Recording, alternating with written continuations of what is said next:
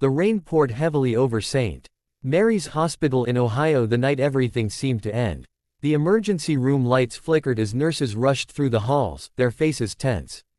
Sarah Miller sat frozen on a plastic chair, her hands shaking, her clothes still stained with blood.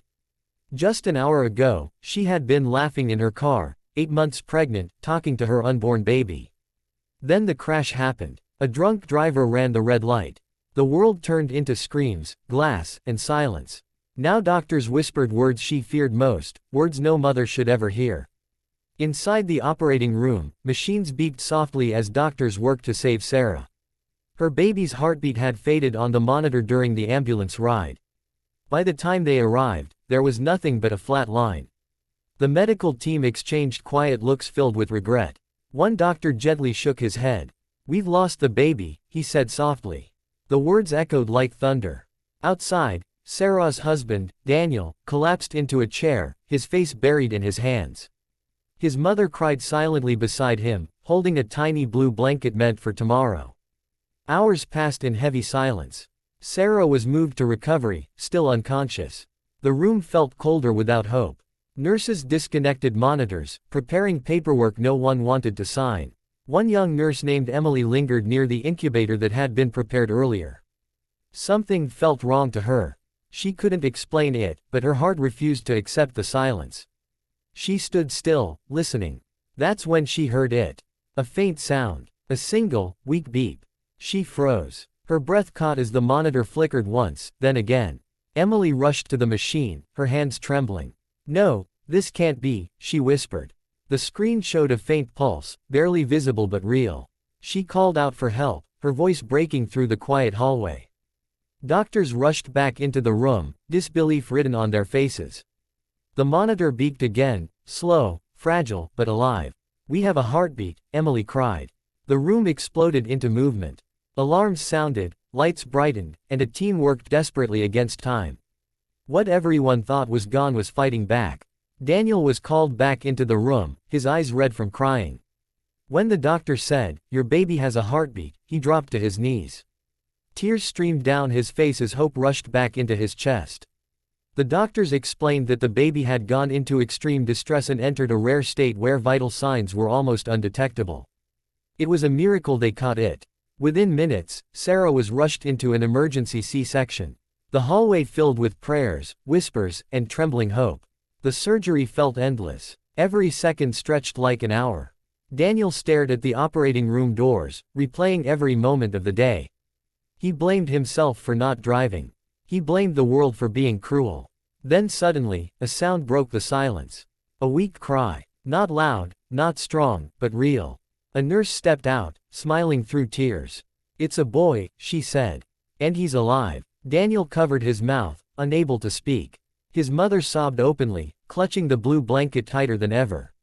The baby was rushed to the NICU, tiny and fragile, connected to tubes and wires. They named him Noah, meaning rest and comfort. Doctors warned that the next 48 hours would be critical. He had suffered oxygen loss, and no one could predict the outcome. Sarah woke up hours later, confused and weak. When Daniel told her the truth, she cried uncontrollably. "I felt him," she whispered. "I knew he wasn't gone."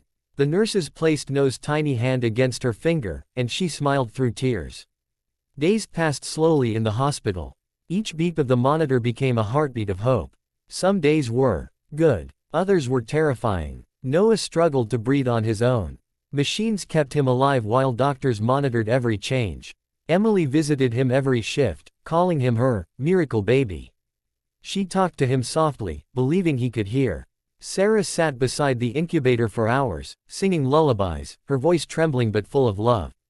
Daniel read children's books aloud, promising a future he prayed would come. On the 5th day, Noah opened his eyes. It was brief, but enough.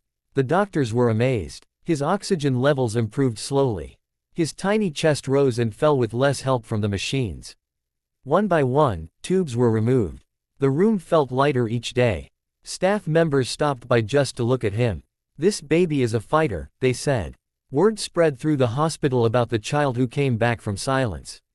For Sarah and Daniel, every moment felt like borrowed time, precious and sacred.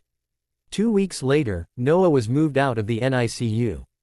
He still needed monitoring, but he was stronger. Sarah held him for the first time without wires between them. His heartbeat rested against her chest, steady and warm.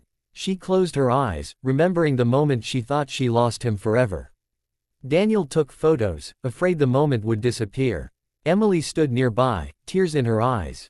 "You saved him," Sarah told her. Emily shook her head. "He saved himself," she replied softly. Months passed, and Noah went home.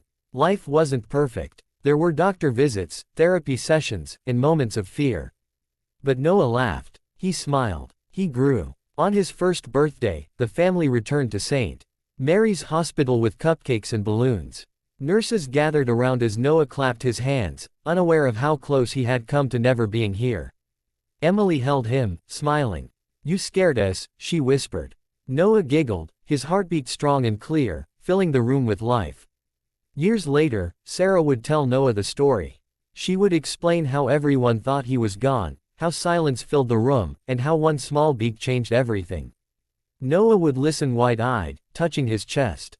"That's my heartbeat," he'd ask. Sarah would nod, tears shining. "Yes," she'd say. "And it's the sound that saved us all."